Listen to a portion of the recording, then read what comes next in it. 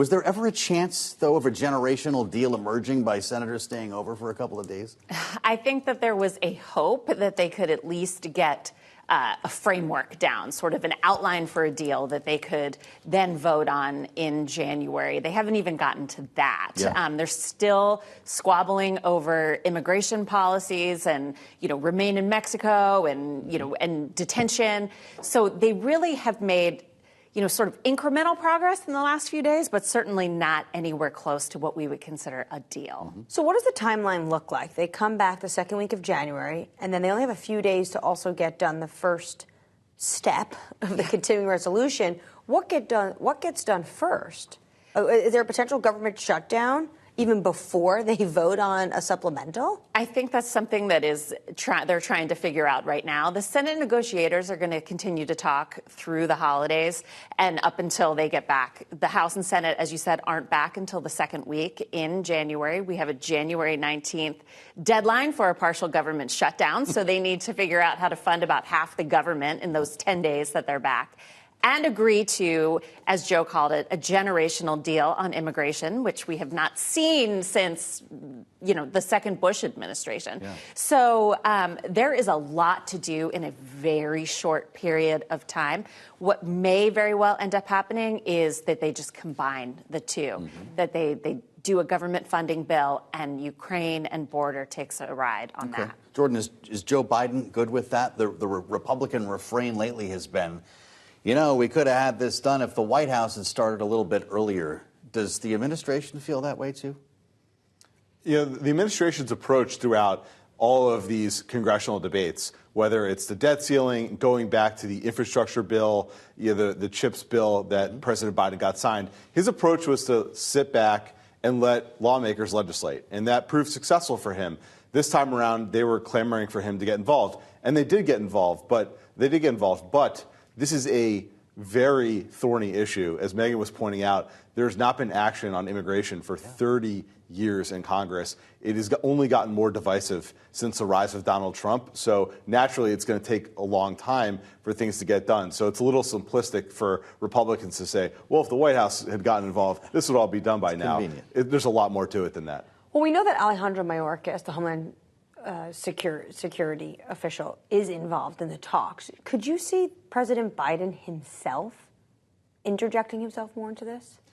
I think if it gets to that, he certainly could do that. Oftentimes in these negotiations, when the president gets involved, it becomes a proxy war on each side, for partisan reasons, and that's why they tend to stay out of it. But in addition to Secretary Mayorkas, his chief of staff, Jeff Zients, is involved. His legislative director is involved. There's a lot of people in that room who have a direct line to Joe Biden, and so now it's time for them to really get down to brass tacks and figure out what each side will and won't support. Because, in addition to figuring out what Joe Biden will support, there's a question of what will hardline Republicans support. Are they going to press for things like changes to the parole program, which has allowed some of the pressure off at the border? Are they going to crack down on that? Yeah. That's a non-starter for the White House, so they really need to iron these differences out. That's important. We should just stick with that for a moment and put a finer point on it. Megan, is that where things fell apart this week? Was it the parole system? This would allow the president to provide more humanitarian exceptions, or is it just a general redefining of asylum? I think it is both and all of the above. There was no. It's one of these negotiations where nothing is final until everything is final. And, everything was still on the table in terms of negotiating. And where Democrats might have been able to give in one area, they needed a solid yes from hardline Republicans in another area, and they weren't able to get it. Yeah. So there isn't just one thing, which is further complicating this as we look ahead to January. Another complication is that Speaker Mike Johnson talks to President Donald Trump, former president, who's going to likely be the nominee of the Republicans, weekly, maybe even daily. If Joe Biden is able to get an immigration deal before the election, that will bode very well for not progressives, but those independents in swing states. Yeah. And it won't include a Trump wall, so he's not going to like it. Is that exactly where you're going? No, so I just wonder if it's going to be very hard to wrangle Republican votes on 100%. The House side. If Donald Trump decides he doesn't like it, think of how many votes that Mike Johnson has to make up with Democrats. Yeah. That becomes dangerous. So Joe Biden is going to be bringing in the new year without this supplemental. He requested for, and also serious concerns about attacks in the Red Sea and what is going on in the Middle East. We heard from National Security Council spokesman John Kirby addressing that issue today, this new task force the White House has announced. Take a listen.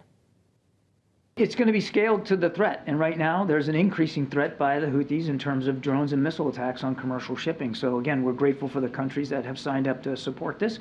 We'll see, it's just now getting started. So it's too soon for me to say that what its trajectory is going to be, whether it's going to get much bigger or need to get much smaller, or where it's going to, or how its operations are going to be conducted. But this is something that international navies know how to do and know how to work together to counter. Admiral Kirby there.